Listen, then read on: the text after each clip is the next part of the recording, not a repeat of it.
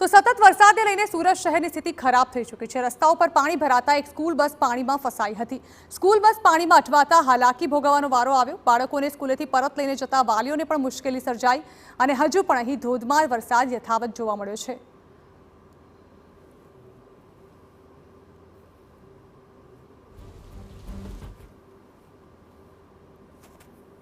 સુરત શહેર અને સુરત જિલ્લાની અંદર સતત મોડી રાત્રિથી ધોધમાર જે વરસાદ વરસી રહ્યો છે અને તેના કારણે અનેક વિસ્તારો છે તે પાણીની અંદર ગરકાવ થયા છે। કતારગામ, વરાછા, ડભોલી, સિંગણપુર, ઉધનાર, પાંડેસરા, અડાજણ વિસ્તાર છે તે પાણીની અંદર ગરકાવ થયા છે। અત્યારે સીધા દ્રશ્યો તમને જે રીતે બતાવી રહ્યા છે।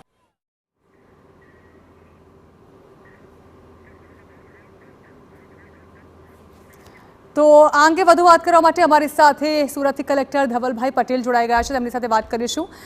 સર, જાણવા માંગીશું, હાલ ભારે વરસાદની પરિસ્થિતિ છે, તકેદારીના ભાગરૂપે તંત્રએ શું પગલાં લીધા છે? આ વિસ્તારોમાં પાણી ઓસરવાને લઈને કોઈ પગલાં તંત્ર દ્વારા લેવાયા હોય? સુરત શહેરમાં સવારે 8 વાગ્યાથી ઓલમોસ્ટ 7 ઇંચ વરસાદ પડી ગયો છે। આજુબાજુના કામરેજ તાલુકામાં પણ ખાસું 4 થી 5 ઇંચ જેવો વરસાદ છે। એટલે એ લઈને અમુક વિસ્તારોમાં પાણી ભરાય છે। એસએમસીની ટીમો બધી કાર્યરત છે। એમાં જે પણ જગ્યા ઉપર કંઈક વોટર લોગિંગના ઇસ્યુ આવે છે અને જ્યાં તેનો રસ્તો કરીએ એટલે કે એસએમસીની ટીમો બધી એમાં કાર્યરત છે। આપણે બધા જ જે અલર્ટ ઉપર છે, આજે સ્કૂલોની બધા રજા જાહેર કરી છે અને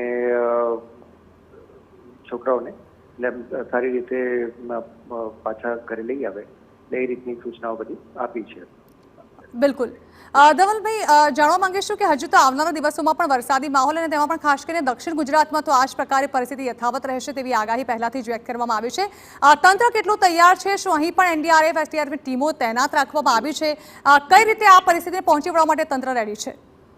આપણી પાસે એનડીઆરએફ, એસડીઆરએફની બધી જ ટીમો છે। જ્યાં પણ અમને જરૂર પડશે ત્યાં એમને ડિપ્લોય પણ કરવામાં આવશે। અત્યાર સુધી કોઈ જગ્યાએ રેસ્ક્યુ કે એની કોઈ જરૂર નથી પડી, પણ જ્યાં પણ એક પડશે તો આપણી પાસે બધી જ ટીમો છે પૂરતા પ્રમાણમાં ઉપલબ્ધ છે। જી, અને કયા કયા વિસ્તારો એવા છે કે જ્યાં હાલ વધારે ખરાબ પરિસ્થિતિના કોઈ મેસેજ મળ્યા હોય આપને? અત્યારે સુરતના સેન્ટ્રલ ઝોનમાં વધારે પાણી ભરવાની જે સમાચારો મળે છે અને દરેક જગ્યા ઉપર અત્યારે વરસાદ જ્યાં જ્યાં ઓછો થાય છે ત્યાંથી અમે ક્લિયર કરતા જઈએ છીએ।